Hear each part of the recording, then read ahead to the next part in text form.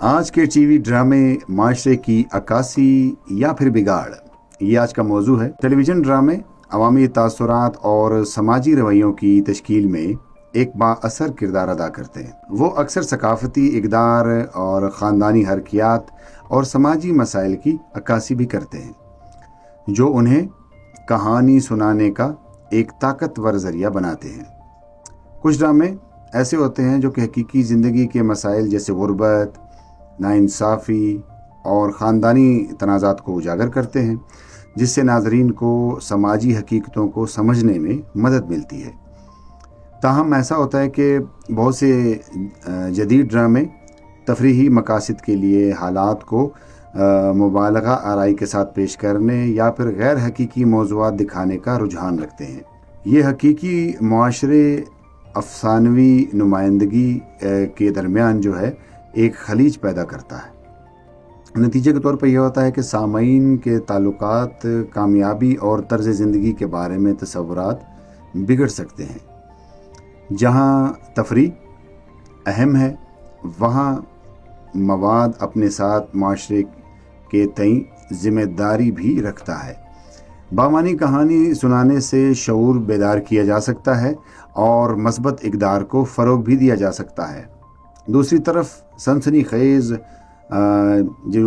خیز جو ڈرامے ہوتے ہیں اور ضرورت سے زیادہ جس میں سسپینس ہوتا ہے، وہ یہ ہوتا ہے کہ ثقافتی اصلیت کو کمزور کر دیتے ہیں۔ ڈراموں کا اثر نوجوان سامعین پر خاص طور پر مضبوط ہوتا ہے، جو اکثر پردے پر دیکھی جانے والی چیزوں کی نقل بھی کرتے ہیں۔ اس لیے حقیقت پسندانہ نمائندگی کے ساتھ متوازن مواد ناگزیر ہے۔ میڈیا پروڈیوسرز کی ذمہ داری ہے کہ وہ ناظرین کو مشغول رکھنے کے ساتھ ساتھ ثقافتی سالمیت کو بھی برقرار رکھیں۔